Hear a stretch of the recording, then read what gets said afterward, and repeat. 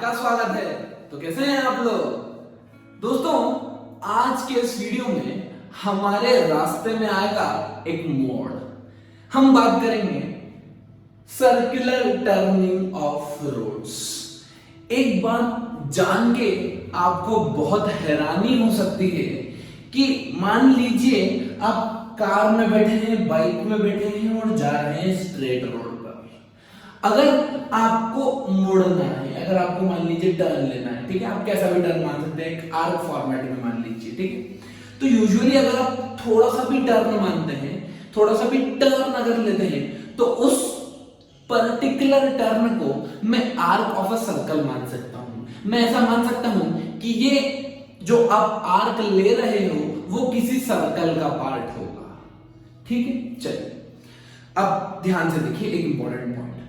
अगर मैं आपसे पूछूं कि भैया अगर आप सर्कल में घूम रहे हो, अगर आप सर्कल में घूम रहे हो तो डेफिनेटली आपने सर्कुलर मोशन में पढ़ा था कि if any body is moving in a circular motion, one acceleration has to act towards the center of the circle, that is called a centripetal acceleration। इसका मतलब कोई ना कोई फोर्स 100% ऐसा होना चाहिए जो सेंटर की तरफ लगे। उसी फोर्स को क्या हम बोलते हैं? Centripetal force. लेकिन एक बात ध्यान रखना बच्चों, सेंट्रीपिटल फोर्स कोई फोर्स नहीं होता।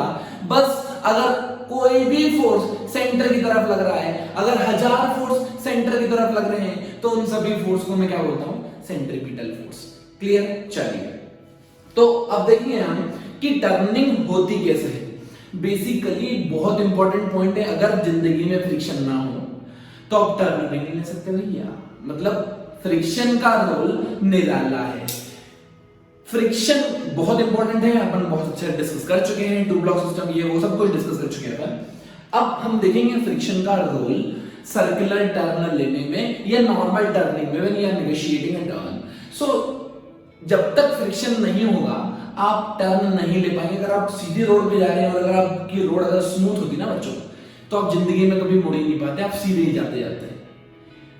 फ्रिक्शन का बहुत बड़ा खेल है, देखते हैं, समझते हैं, ध्यान से। तो हमको 3 चीज पढ़ना है।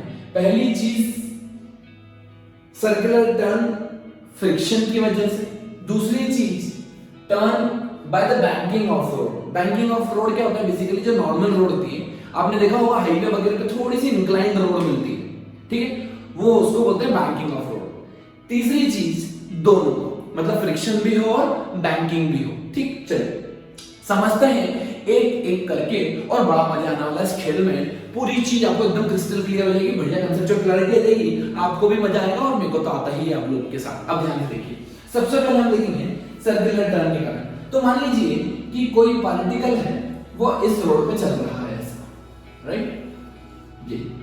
ये मान लीजिए मैंने कार बनाई है ऐसी, है ना, अपनी लैम्बोर्गिनी बना लो, टेस्ला कार बना लो, ये चल रही, समझ आ रहा है आपको?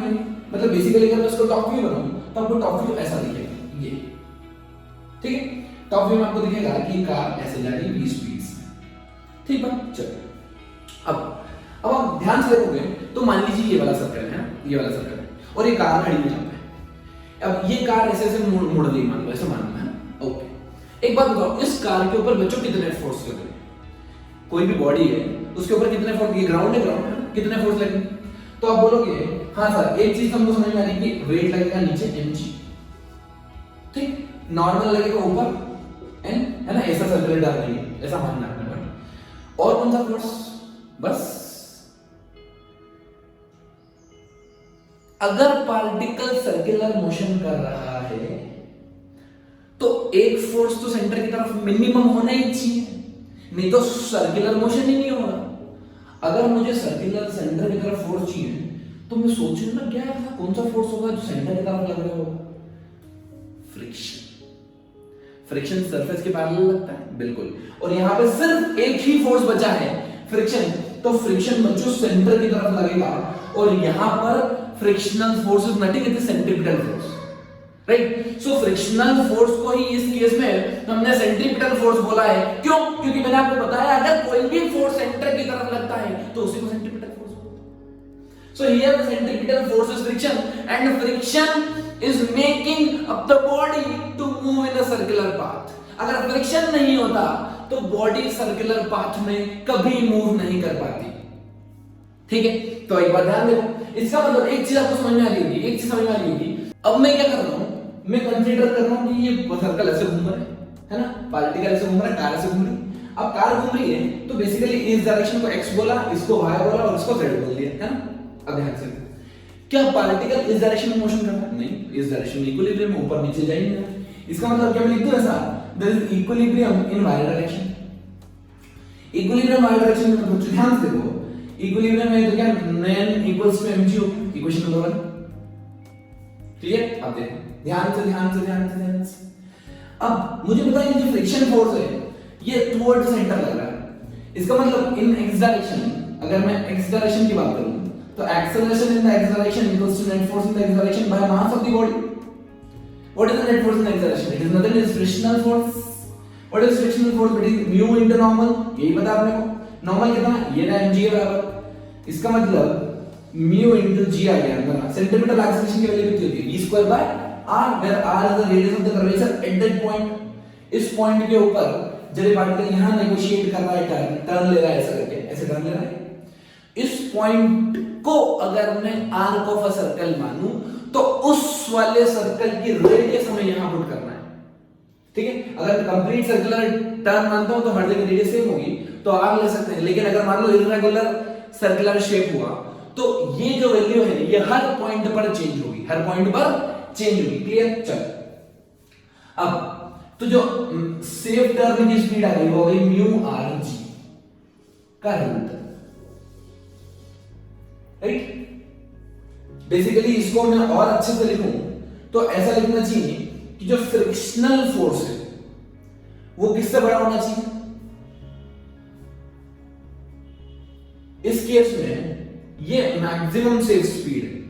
कैसे मैक्सिमम सेफ स्पीड है? अब देखो इसको दूसरी अप्रोच से सॉल्व करते हैं। कैसे? ध्यान से, अगर मान लो कार के अंदर ये ऑब्जर्वर कहां था मेरा, जब मैं इस प्रॉब्लम को सॉल्व कर रहा था, जब इस प्रॉब्लम को सॉल्व कर रहा था तो मेरा ऑब्जर्वर कहां था? यहां ग्राउंड पे, है ना। ये भैया जी ग्राउंड पे खड़े होकर स्टाइल मार रहे थे। अब अगर मान लो मैं ऑब्जर्वर अंदर बैठा था, ध्यान से सुनना, ध्यान से सुनना, ध्यान से सुनना, ध्यान से सुनना, बड़ा इंपॉर्टेंट पॉइंट है। अगर मेरा ऑब्जर्वर अंदर बैठा होता, यहां बैठा चमकलाल, अगर ये भैया जी यहां बैठे अंदर, है ना, तुमको दिख नहीं रहे होंगे कि अंदर बैठे के बाहर, लेकिन उस टेस्ला कार के अंदर वो बैठे हैं अंदर। अगर भैया जी अंदर बैठे तो आपको ऐसा लग रहा है कि एक्सेलरेट कर रहे हैं। जैसे जैसे कार एक्सेलरेट कर रही है, मतलब एक्सेलरेट मतलब यहां पे स्पीड कांस्टेंट है लेकिन acceleration towards centre. Centripetal acceleration कभी भी स्पीड को चेंज नहीं कर रहा है, एक बात ध्यान रखना है। स्पीड तो चेंज नहीं हो रही लेकिन एक्सेलरेशन है टुवर्ड्स सेंटर। ओके, अब एक बात बताओ, अगर एक्सेलरेशन टुवर्ड्स सेंटर है और मैंने इसको बिठा दिया तो ये तो बोलेगा मैं इक्विलिब्रियम में, मैं सर्वशक्तिशाली सर्वशक्तिमान हूं, तो ये बोलेगा मैं इक्विलिब्रियम में। अगर इक्विलिब्रियम में है इसका मतलब इसके रिस्पेक्ट से क्या मुझे एक नया फोर्स इंट्रोड्यूस करना पड़ेगा, pseudo force. Yes, so here if you are considering the driver frame, for driver frame the frame will be non inertial frame, accelerated frame. इसका मतलब मेरे को लेना पड़ेगा स्यूडो फोर्स। कौन सा फोर्स बच्चों? स्यूडो, है ना, स्यूडो फोर्स लेना पड़ेगा। अभी आपको पता है स्यूडो फोर्स होता है मास of the body into acceleration of the system, that is v square by r। तो यहां पर ये स्यूडो फोर्स कहां लगता है? Always opposite to the acceleration.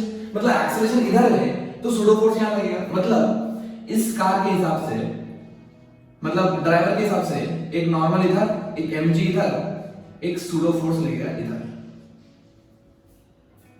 क्या चीज समझ में आती है? और फ्रिक्शन का लगेगा, फ्रिक्शन लगेगा toward the centre. This is the frictional force. ठीक है, अब चार फोर्सेस लग रहे हैं और ड्राइवर को क्या लग रहा है कि मैं इक्विलिब्रियम में हूं। मैं कहां में हूं? मैं इक्विलिब्रियम में हूं। अगर ड्राइवर के हिसाब से इक्विलिब्रियम में है तो नेट फोर्स क्या होना चाहिए? जीरो होना चाहिए।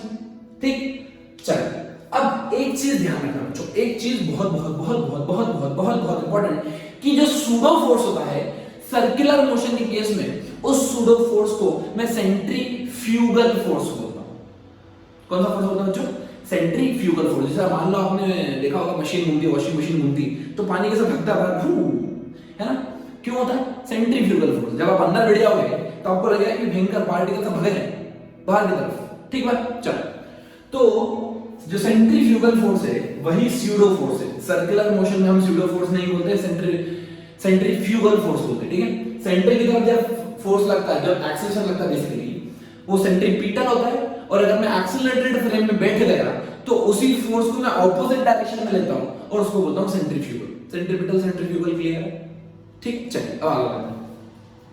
तो अगर ये इक्विलिब्रियम में है तो according to the driver, according to the accelerated frame, according to the non inertial frame, the particle is in equilibrium. So I can write equilibrium in y direction, n equals to mg.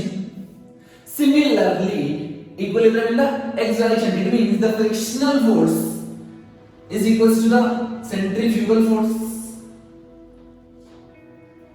Centrifugal force. अब एक से ध्यान रखना कि जो frictional force होता है, जो फ्रिक्शनल फोर्स होता है वो हमेशा ज्यादा होना चाहिए या बराबर होना चाहिए सेंट्रीफ्यूगल फोर्स के, दैट इज mv²/r की। अब ऐसे क्यों बोल रहा हूं? ताकि आप सेफ टर्न ले सके। अगर आप सेफ टर्न नहीं ले पाए और अगर आपको फ्रिक्शन आपको सेफ टर्न नहीं प्रोवाइड कर पाया तो बच्चों आपके साथ दुर्घटना भी हो सकती है, ठीक है। तो यहां पर इसको मैं सकता हूं mu into mg should be greater than or equals to mv²/r, frictional force ज्यादा होना चाहिए। इसका मतलब v mu r g must be greater than or equals to v, ठीक है। अब मैं मैक्सिमम सेफ स्पीड की बात करूं तो मैक्सिमम मेरी कितनी हो जाएगी mu r g, इसको इसलिए लिखते हैं v max, the maximum speed with which you can negotiate a curve that is mu into r into g का अंडर रूट। ये बहुत इंपॉर्टेंट फॉर्मूला है जो याद रखना कि मैक्सिमम स्पीड है, इससे कम सारी स्पीड चल जाएगी लेकिन इससे ज्यादा स्पीड रिस्की है, ठीक। तो अब जब भी अगली बार टर्न लें तो आपको क्या करना है, कार में से उतरना है, गाड़ी में से उतरना है, म्यू की वैल्यू कैलकुलेट करना है, रेडियस ऑफ कर्वेचर कैलकुलेट करना है और जी की वैल्यू आपको पता है, उसका अंडर रूट डालोगे तभी जाके आपको पता पड़ेगा कि what is the maximum safe speed for taking the turn और तभी आप टर्न लेना, अदरवाइज रिस्की हो जाएगा। अब आप बोलोगे कि यार जिंदगी भर से टर्न लेता हूं, आज तक मैंने कैलकुलेट किया नहीं। हाँ नहीं किया क्योंकि आपके पास एक्सपीरियंस है, आपके पास अच्छा ड्राइवर होगा या आप लोग खुद अच्छे ड्राइवर होंगे, अच्छी ड्राइव करते होंगे तो आपको एक्सपीरियंस से ये सब चीज आ जाती है।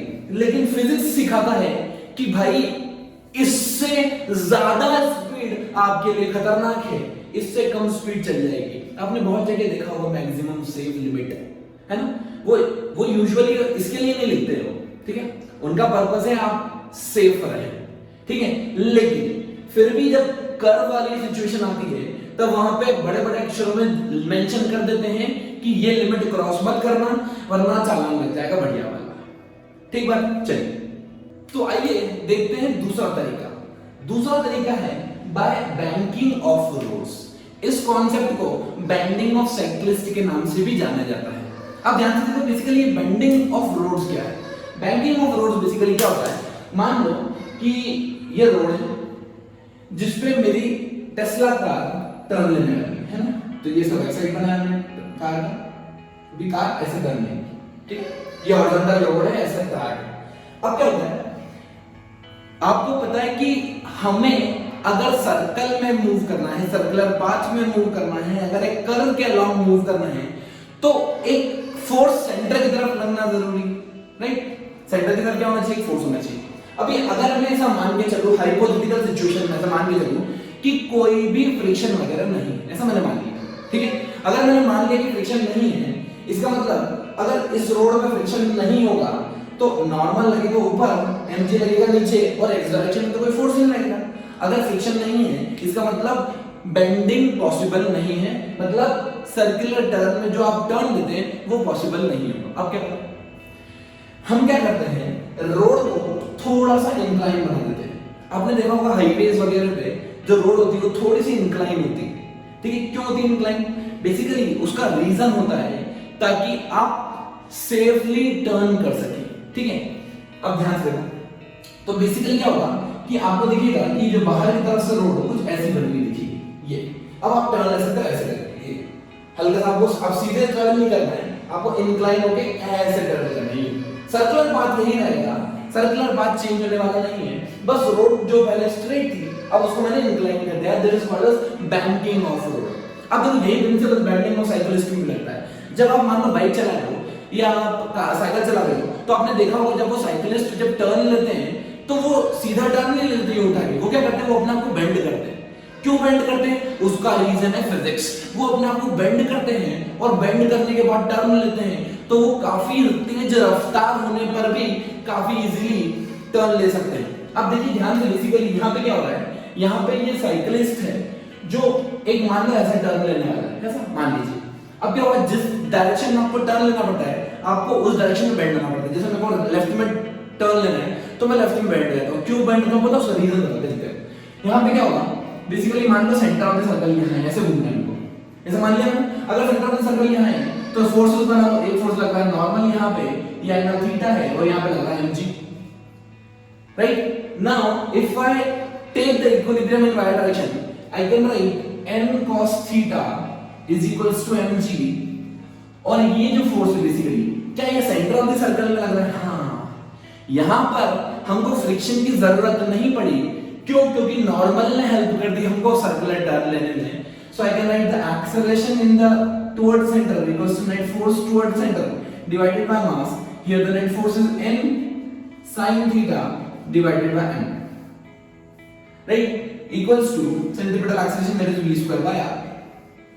अब आप चाहो तो n की वैल्यू पुट कर दो या इन दोनों इक्वेशंस को डिवाइड कर दो, तो आ जाएगा आपका v square by r by mg equals to n sin theta by m divided by n cos theta। तो n get cancelled, n get cancelled, you'll get sin theta by cos theta tan theta, v square equals to r g tan theta। वहां पे हमारा वाला था under root mu R G, यहाँ पे mu की जगह क्या आ रहा है बच्चों, tan थीटा। ठीक है, तो यहाँ पे आप देख रहे हो कि हमको हेल्प कर दी किसने, नॉर्मल ने हेल्प कर दी। हमको एक फोर्स चाहिए टुवर्ड सेंटर, और अगर मुझे एक फोर्स मिल गया टुवर्ड सेंटर तो किस बात की टेंशन, खेल खत्म।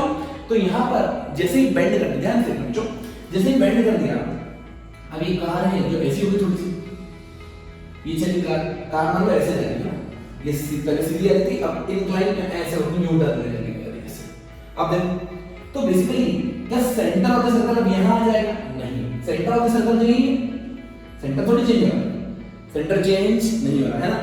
अब देखो जो mg लग रहा था वो भी नीचे लगेगा, बस चेंज क्या होगा, नॉर्मल। अब नॉर्मल इधर लगने जाएगा, ठीक बात। अब देखो अगर ये एंगल थीटा मान लो, this what is banking angle, angle of banking है ना, बैंकिंग एंगल। तो आपको दिख रहा है कि अगर मैं इस लाइन ड्रॉ कर लूं, पैरेलल लाइन ऐसी, इसके पैरेलल, ब्लू लाइन के पैरेलल, अगर हॉरिजॉन्टल से एंगल थीटा है तो ये एंगल भी क्या होगा, थीटा, मतलब ये एंगल भी क्या होगा, थीटा है ना। Alternate angle theta 90 theta, theta -90, 90 theta अपन डिस्कस कर चुके हैं ऑलरेडी। सो यहां पर मैं लिख सकता हूं ऊपर वाला जो फोर्स है वो जाएगा n cos थीटा, और जो टुवर्ड सेंटर लगेगा वो लगेगा n sin थीटा। और मुझे पता ही है कि अगर सेंट्रीपिटल एक्सेलरेशन चाहिए तो नेट फोर्स टुवर्ड सेंटर होना चाहिए। यहां पर सेंट्रीपिटल फोर्स कौन सा है बच्चों, n sin थीटा। मैंने पहले बताया सेंट्रीपिटल फोर्स कोई नया फोर्स नहीं है, अगर कोई भी फोर्स सेंटर की तरफ लग रहा है उस फोर्स को मैं बोलता हूं सेंट्रीपिटल फोर्स। तो देखिए ध्यान से, इसका मतलब n sin theta equals to centripetal acceleration into mass, ये वही हो जाएगा, acceleration equals to force by mass, acceleration will be v square by r n sin theta by m। तो दोनों केस में इक्वेशन सिमिलर आएगी, रिजल्ट सिमिलर आएगा, तो जो मैक्सिमम सेफ स्पीड हो जाएगी हमारी वो हो जाएगी under root mu R G की जगह यहां होगा आर जी टेन थीटा या tan theta R G. This is the maximum safe speed for taking a turn on a banked road. ठीक बात। तो आइए दोस्तों अब देखते हैं अगला सबसे इंपॉर्टेंट केस, बैंकिंग और फ्रिक्शन दोनों का combination while you are taking a turn. मजा आ जाएगा, कॉन्सेप्ट क्लियर हो जाएंगे पूरे, एकदम बाप तरीके से समझाऊंगा, ध्यान से देखना। अब मान लो कि एक मेरी कार है ना, ऑडी, यहां खड़ी है ऐसे, खड़ी है नॉर्मल नॉर्मल खड़ी है ना, इंक्लाइन है, बैंकिंग ऑफ रोड आपको पता ही है, अभी अपन ने कॉन्सेप्ट पढ़ लिया है, ये है एंगल ऑफ बैंकिंग थीटा, ठीक है। स्पीड क्या है बच्चों, 0, खड़ी हुई है। अगर ये खड़ी हुई है तो आपको एक चीज तो पता होगी कि फ्रिक्शन लग रहा होगा तभी खड़ी है, अदरवाइज ये खड़ी रह नहीं सकती, ये स्लाइड रहती है नीचे नहीं, लेकिन ऐसा नहीं हो रहा है। इसका मतलब ध्यान से देखना, पूरा खेल बदल जाएगा 1 सेकंड के अंदर, पूरा खेल बदल जाएगा, एकदम एकदम focus, full focus, full focus, ध्यान से। बेसिकली हमें पता है कि एक फोर्स लग रहा है यहाँ पे mg sin थीटा, राइट। मैंने mg के फोर्स रिजॉल्व कर दिया है, आपको पता है बच्चों, ये नीचे mg लगता है, ये mg cos थीटा होता है, ये mg sin थीटा होता है ना। अब यहाँ पे लग रहा होगा फ्रिक्शन, फ्रिक्शन का लग रहा है बच्चों अप द इंक्लाइन, ठीक है। अभी हमने एक चीज देखी कि अगर मेरी वेलोसिटी केस 1, अगर मेरी वेलोसिटी √r(g tan थीटा के बराबर हो तो क्या फ्रिक्शनल फोर्स 0 होता है? हाँ बिल्कुल। इस स्पीड पे क्या होता है, फ्रिक्शन फोर्स 0 होता है। इस स्पीड पे क्या होता है, फ्रिक्शन फोर्स की जरूरत नहीं पड़ती, बिना फ्रिक्शन फोर्स के ही पार्टिकल या कार एक सर्कुलर टर्न ले लेती है, दैट इज फॉर श्योर, हमें पता है, ठीक, बहुत बढ़िया। अब ये देखो ये वाला केस, जब कार खड़ी है मैं कहीं नहीं जा रही, मैं कहीं नहीं जा रही, बोलिए असल में कहीं नहीं जा रही। अब ध्यान से, तो फ्रिक्शन कहां लग रहा है, ऊपर, अप द प्लेन, ठीक है, अप द प्लेन, बहुत बढ़िया। अच्छा बच्चों, सेंटर ऑफ द सर्कल क्या है, मतलब जो कार ऐसे है, ये टर्न ले रही है, ऐसे घूम रही है, ऐसे ऐसे, है ना। तो जो सेंटर ऑफ द सर्कल है कभी भी यहां मत बोलना, है ना, कॉमन सेंस मैंने पहले ही बता चुका आपको। सेंटर ऑफ द सर्कल लगभग यहां होंगे, ऐसे घूम रही कार, वो तो रोड दे रही है, ऐसे ऐसे ऐसे ऐसे। अब रोड के गिरते मैंने इंक्लाइन कर दी, ऐसी कर दी, है ना। तो आपको देखिए कि इंक्लाइन रोड ऐसे जाएगी तो सेंटर ऑफ द सर्कल यही रहेगा, मतलब सेंटर ऑफ द सर्कल लगभग यहां कहीं होगा। ये चीज सबको क्लियर है, बहुत बढ़िया। अब ध्यान दें, मैंने क्या किया, ये मैंने केस 2 बना लिया। क्या, जब मेरी स्पीड 0 थी, तो केस 2 में जब स्पीड 0 है तो फ्रिक्शन लग रहा है अप द इंक्लाइन। ध्यान से देखना, बड़ा इंपॉर्टेंट चीज है, मजा आ जाएगा। कॉन्सेप्चुअल क्लैरिटी तो ऐसी आने वाली है आपको एकदम फील के साथ, ध्यान से। अब मैं लेता हूं केस 3। केस 3 में मैं क्या करूंगा, इस कार को वेलोसिटी दे दूंगा, स्टार्ट कर दूंगा, बहुत थोड़ी वेलोसिटी देगा, बिल्कुल हल्लू से चलेगी कार। हल्लू मींस धीरे धीरे, स्लोली स्लोली स्लोली स्लोली, ठीक। कार ऐसे घूम रही, ऐसे, है ना। अभी आपको पता है कि इंक्लाइन पे घूम रही तो ऐसे घूम रही है ना, मतलब ये जो दिख रहा है बेसिकली ये कार का आपको बैक पोर्शन दिख रहा है। क्या दिख रहा है बच्चों, बैक पोर्शन दिख रहा है, मतलब आपको दिख रहा है कि कार अंदर जा रही है, ऐसा अंदर जा रही है। अब आपको एक चीज बताइए कि अगर कार सर्कुलर पाथ में घूमती तो सेंट्रीपिटल एक्सेलरेशन होता, बहुत बढ़िया, मतलब जो एक्सेलरेशन होगा वो टुवर्ड सेंटर होगा। बच्चों सेंटर यहां नहीं, अपन पहले डिस्कस कर चुके, सेंटर ऊपर लेगा वहीं ऐसे, बहुत बढ़िया। अब अगर मैं फोर्सेस की बात करूं कार के ऊपर, ठीक है, तो जब कार रेस्ट में थी तो फ्रिक्शन ऊपर लग रहा था, क्यों, क्योंकि गिरने से बचा रहा था। तो अगर मैंने थोड़ी सी वेलोसिटी दे दी तो फ्रिक्शन अभी भी कहां लगेगा, ऊपर लगेगा। कहां लगेगा बच्चों, ऊपर लगेगा, ठीक। अब क्या होगा, अब इसके ऊपर लगेगा एक नॉर्मल फोर्स। क्या लगेगा, नॉर्मल फोर्स, ये लगा नॉर्मल, ठीक, और एक लगेगा mg। बस ये 3 फोर्स लगेंगे, इनके अलावा कोई छोटा फोर्स लगने वाला नहीं। अब ध्यान से देखो, मुझे पता है एक्सेलरेशन कहां है, x डायरेक्शन में। कहां है, x डायरेक्शन, मतलब टुवर्ड सेंटर है। एक काम करता हूं, सारे फोर्सेस को रिजॉल्व कर लेता हूं along the x and y, ठीक। चल आओ एक एक करके शुरुआत करते हैं। तो मैं अगर रेड कलर से बनाऊंगा तो एंगल अच्छा दिखेगा। ये थीटा है तो ये थीटा है, सिमिलरली ये थीटा है तो ये थीटा है, ठीक। अब मैं रिजॉल्व कर लेता हूं सारे फोर्सेस। तो ये देखो, ये ऊपर वाला कंपोनेंट हो गया n cos थीटा, ये हो गया n sin थीटा, ये हो गया f cos थीटा, और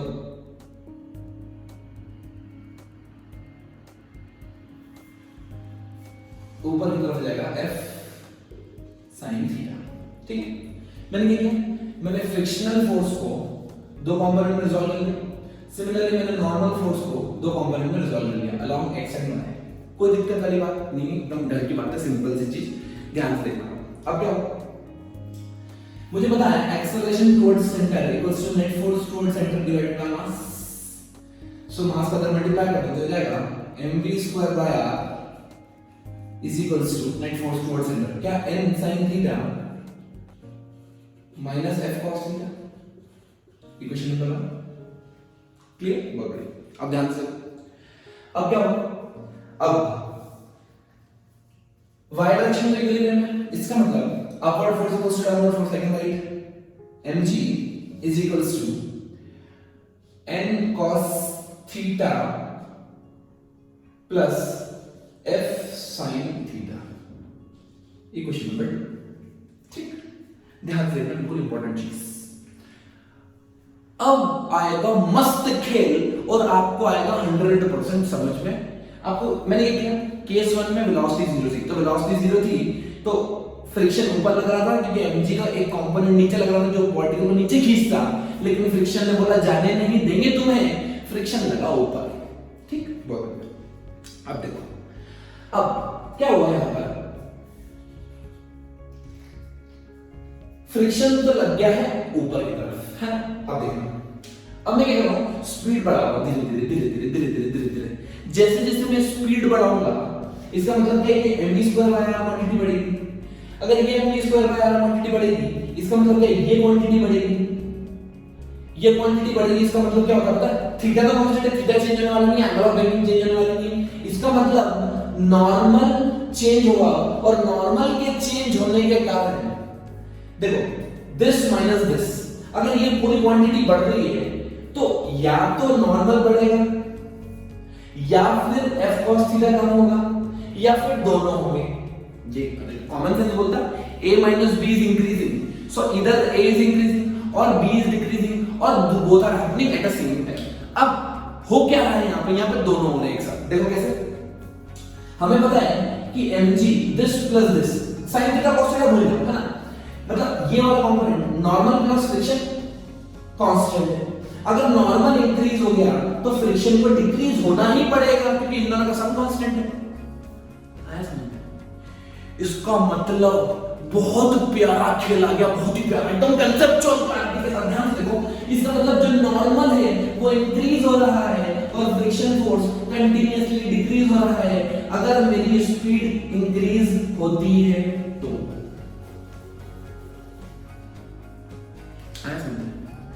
इसका मतलब अब वेलोसिटी बढ़ेगी बढ़ेगी बढ़ेगी बढ़ेगी बढ़ेगी, क्योंकि मुझे क्या निकालना, I want to calculate the maximum safest speed for taking a turn. Turn लेने के लिए मुझे सबसे ज्यादा मैक्सिमम से स्पीड कितनी होगी। अब ध्यान से, फ्रिक्शन कम होता होता होता कितना हो जाएगा, 0, केस 1। फ्रिक्शन 0, इसका मतलब वेलोसिटी कितनी, √rg tan theta, √rg tan theta. इसका मतलब मेरे को एक बहुत शानदार चीज समझ में आ गई यहाँ पे कि अगर velocity v equals to rg tan theta से कम हुई तो फ्रिक्शन लगेगा अपवर्ड्स। बोलो हाँ, बोलो बोलो बोलो बोलो बोलो बोलो बोलो बोलो बोलो, करेक्ट। अब देखो, बढ़ते बढ़ते बढ़ते बढ़ते अगर rg tan थीटा हो गई तो फ्रिक्शन हो जाएगा 0। अब क्या होगा, अगर मेरी स्पीड rg tan थीटा से बड़ी हुई, अब क्या होगा,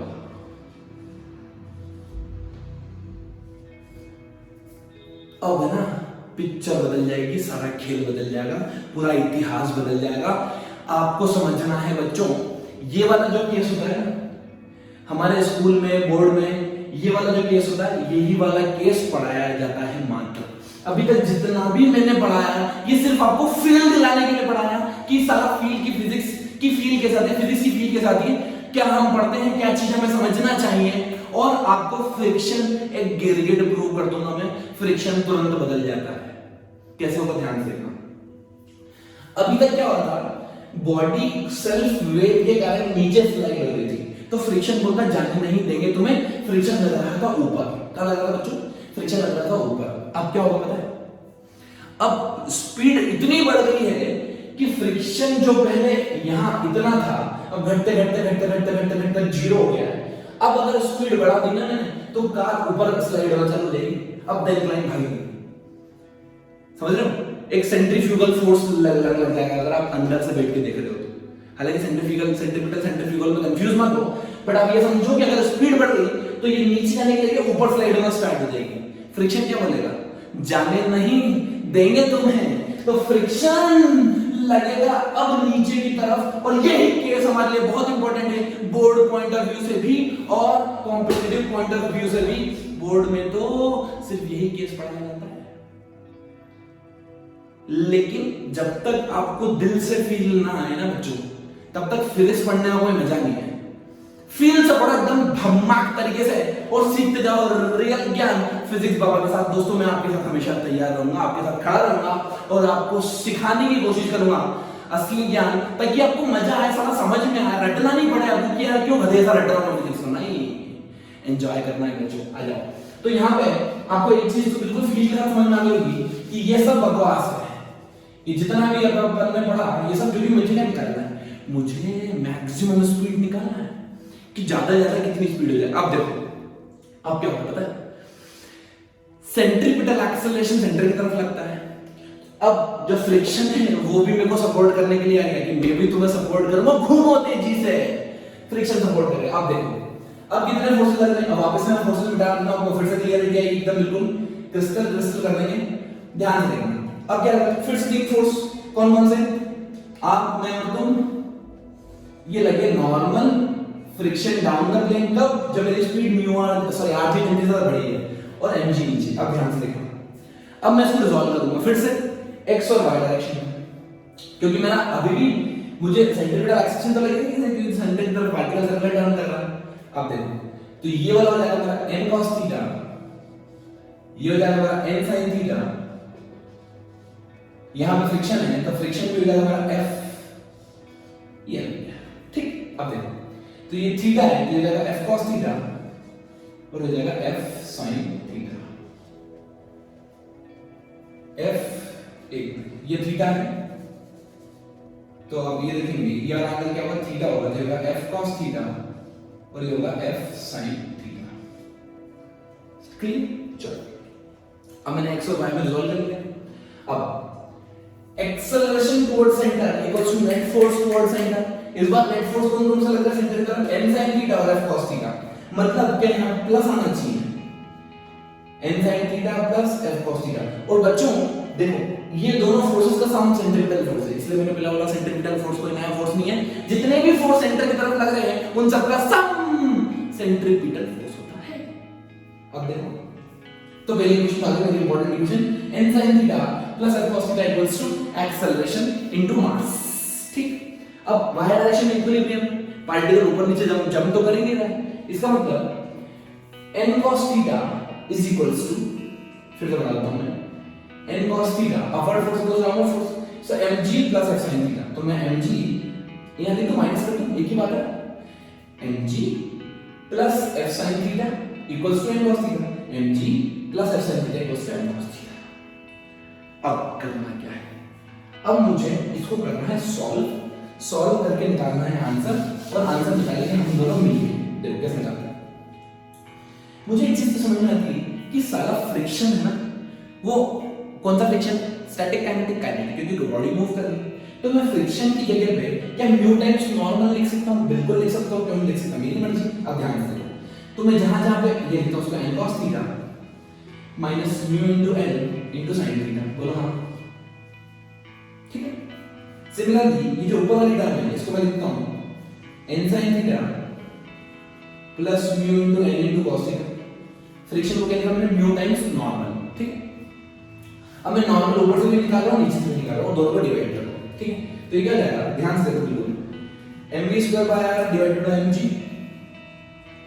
mv² डिवाइडेड बाय mg, ये LHS को डिवाइड करें, अब RHS को डिवाइड करें, तो ये जाएगा sin theta plus mu cos theta, sin theta plus mu cos theta. n common निकाल लिया मैंने, है ना, n कॉमन निकाल लिया, यहां से n कॉमन निकालने पे क्या जाएगा, cos theta minus mu sin theta, ये जाएगा cos theta minus mu sin theta. कोई दिक्कत नहीं होगी, बहुत बड़ी बात, समझदार बच्चे हैं। m में को मार दिया, अब बचा मेरे पास v² by rg is equals to, एक काम करो ना ऐसे, cos थीटा कॉमन निकालो। देखो यहाँ पे cos थीटा नहीं है लेकिन फिर भी कॉमन निकालना, डिवाइड करना पड़ रहा है, आपको पता है। तो मैंने cos थीटा कॉमन निकाल लिया, अंदर क्या बचा, sin theta bye cos theta plus mu, denominator से निकाल लेता हूँ cos थीटा, तो क्या बचा 1 माइनस म्यू sin थीटा। जो चीज नहीं होती है कॉमन वो आपको डिवाइड करनी पड़ती है ना, आपको बताइए। कॉमन सेंस भी बोलता है कि अगर मैं इसको मल्टीप्लाई कर दूंगा तो ये cos थीटा और ये cos थीटा कैंसिल हो जाएगा, तो मेरा म्यू sin थीटा आ जाएगा एज इट इज, ठीक, बराबर। तो मेरी एक्सप्रेशन क्या आ जाएगा, मेरा एक्सप्रेशन आएगा cos theta cancel, sin by cos tan v square by rg is equals to tan theta plus mu divided by 1 minus mu tan theta. बोलो इंपॉर्टेंट रिजल्ट, बहुत इंपॉर्टेंट, एकदम मस्त। मेरा आंसर आ गया, this is the maximum safe speed for taking a turn while a car is taking a turn on a banked road with the friction coefficient mu। तो यहाँ पे v की वैल्यू आ जाएगी under root rg into mu plus tan theta upon 1 minus mu tan theta। बस खेल खत्म। यही रिजल्ट बहुत ज्यादा इंपॉर्टेंट है बच्चों, कई बार प्रूव करने के लिए भी आता है एग्जामिनेशंस में, अपनी बोर्ड एग्जामिनेशंस में, स्कूल एग्जामिनेशंस में, और कॉम्पिटिटिव पॉइंट ऑफ व्यू से ये डायरेक्ट फॉर्मूला आपको याद रहे फील के साथ तो कोई दिक्कत ही नहीं है।